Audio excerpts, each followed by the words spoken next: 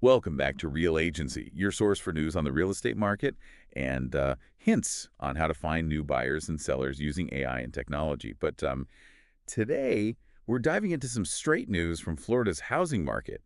A recent shift that's got everyone talking. Don't forget to hit that subscribe button so you never miss an update. Sounds good. You know, inventory has been tight across the U.S., but Florida's been kind of a standout with new construction, right? Right. Florida, along with Texas, has seen a surge in new construction. It's definitely helped ease the inventory crunch we've seen in other parts of the country. Okay, so that's what makes this new data from Redfin so interesting.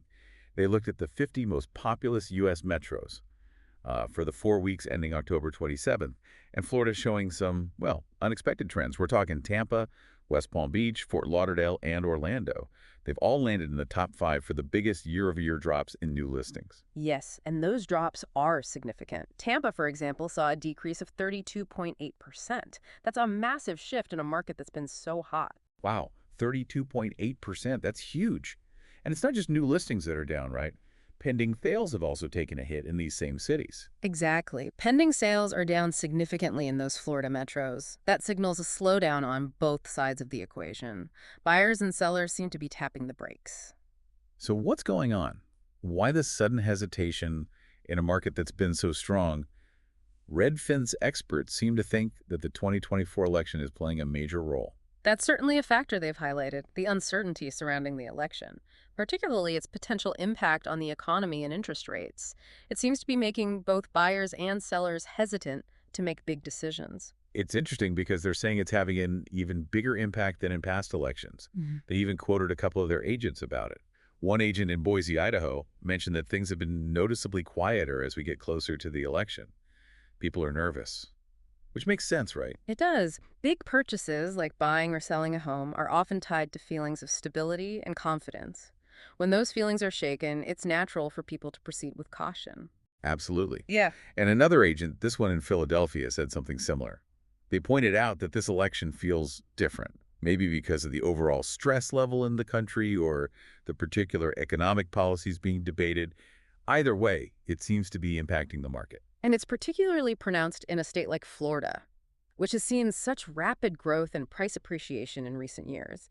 That kind of rapid change can make people even more sensitive to potential shifts in the market. So we've got this data showing a clear slowdown, and at least part of it seems to be tied to this election uncertainty. Where does that leave us? Is this just a temporary blip or a sign of a bigger shift in the Florida market?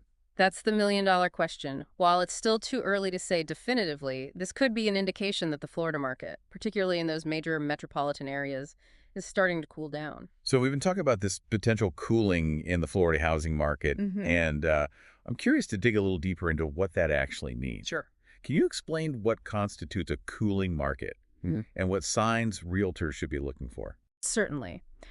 When we talk about a cooling market, we're essentially referring to a shift in the balance of power between buyers and sellers. Okay. In a hot market, sellers have the upper hand. There's high demand, low inventory, and prices are rising rapidly. In a cooling market, that dynamic begins to shift. We see things like fewer bidding wars, homes staying on the market longer, and price growth slowing down or even leveling off. Okay, so it's less about prices dropping dramatically and more about a shift in the overall momentum. Exactly. It's about a more balanced market where neither buyers nor sellers have a clear advantage. Now, it's important to remember that real estate is hyperlocal. Right. What we're seeing in these major Florida metros may not be happening in every corner of the state. There are always micro markets with their own unique dynamics. That makes sense. So even if we are seeing signs of cooling in some areas, it's not necessarily a statewide phenomenon. Realtors really need to pay attention to their specific markets. Absolutely. National trends can be helpful indicators, but the real insights come from understanding what's happening on the ground in your own backyard. Yeah. Are you seeing fewer open house attendees? Are offers coming in below asking price? Those are the kinds of things realtors should be monitoring. It sounds like it's a time for realtors to be extra vigilant and really attuned to those local market nuances. Now, we talked about the election being a possible factor in this shift. Are there any other forces at play that could be contributing to this potential cooling? Well, there are always multiple factors influencing the real estate market. The election is certainly creating some uncertainty, But there are other things happening as well. For example, interest rates have been ticking up recently. While they're still historically low, any increase can affect affordability and buyer sentiment. That's a great point. Even a small change in interest rates can make a big difference in monthly mortgage payments. And I imagine they could have a ripple effect on buyer behavior. Precisely. Higher interest rates can make buyers more hesitant, especially in markets where affordability is already a concern. We also have to consider the broader economic picture. Right. If there's uncertainty about the economy, people may be less likely to make large purchases like a home. So it's really a combination of factors converging at the same time. You've got the election uncertainty, rising interest rates, and the overall economic picture all playing a role. It's almost like a perfect storm brewing, so to speak. That's a good way to put it. It's a confluence of factors that's creating a sense of caution in the market. And as realtors, it's essential to be aware of these factors and how they might be influencing buyer and seller behavior. Okay, so we've got this potential cooling trend, and it's likely driven by a mix of factors, including the election, interest rates, and the broader economic climate. What does all of this mean for realtors who are operating in the Florida market? What are the key takeaways? I think the biggest takeaway is that the market is in a state of flux. We're seeing a shift away from the extreme sellers market conditions that have dominated in recent years.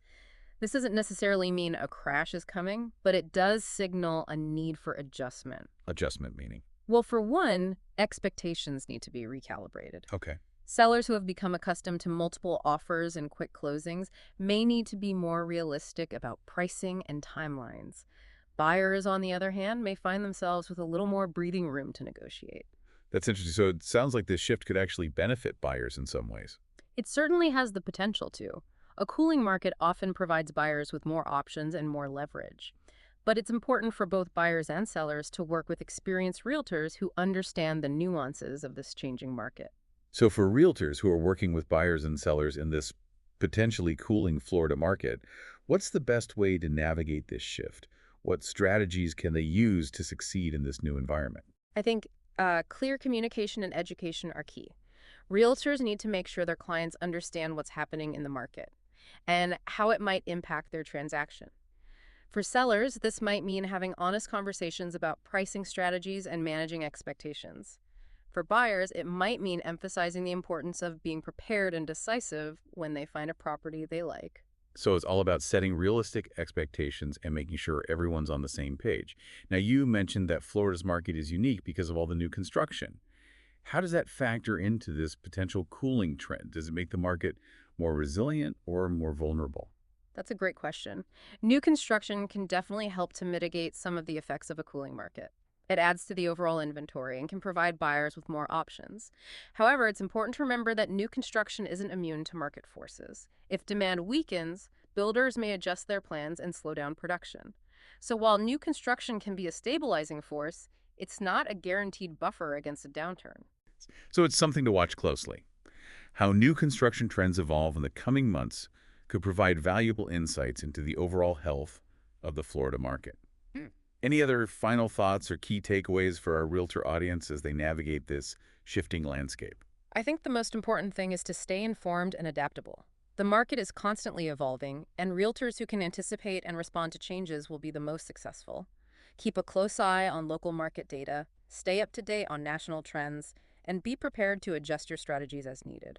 Remember, real estate is a cyclical business. There will always be ups and downs. The key is to be prepared for both and to guide your clients through them effectively. Sound advice.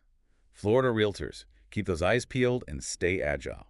And remember, we're here at Real Agency to keep you updated on all the latest market developments and tech insights that can help you thrive in any market condition.